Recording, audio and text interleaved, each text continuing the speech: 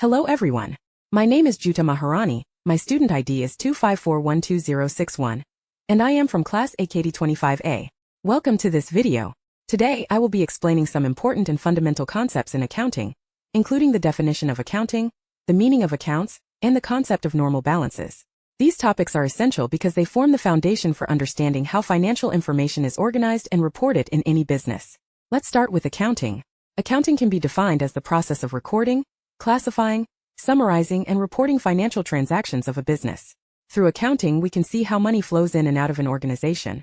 It helps us understand where funds come from, how they are used, and what the company's financial position is at any point in time. The main goal of accounting is to provide accurate, reliable, and relevant information to help various stakeholders, such as owners, managers, investors, and creditors, make better financial decisions.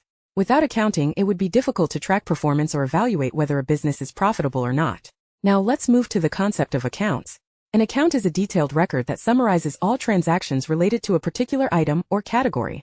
For example, we have accounts for cash, accounts receivable, equipment, revenue, and expenses. Each account represents one aspect of the company's financial activity. When we record transactions, we use accounts to classify them properly. This helps us later when we prepare financial statements such as the balance sheet and the income statement. For instance, if a company buys office supplies, that transaction will be recorded under the supplies expense account. If the company receives money from a customer, it will be recorded under the cash and revenue accounts. Now, every account has what we call a normal balance. A normal balance shows which side of the account, debit or credit, causes an increase in its value. Let's break this down. Asset accounts and expense accounts normally have debit balances. Liability, equity, and revenue accounts normally have credit balances.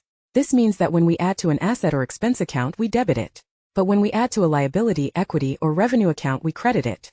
For example, when a business earns income from selling goods, the revenue account is credited, and the cash or accounts receivable account is debited. On the other hand, when the company pays for an expense like rent or utilities, the expense account is debited, and cash is credited. Understanding these concepts is very important because it ensures that all transactions are recorded correctly in the accounting system.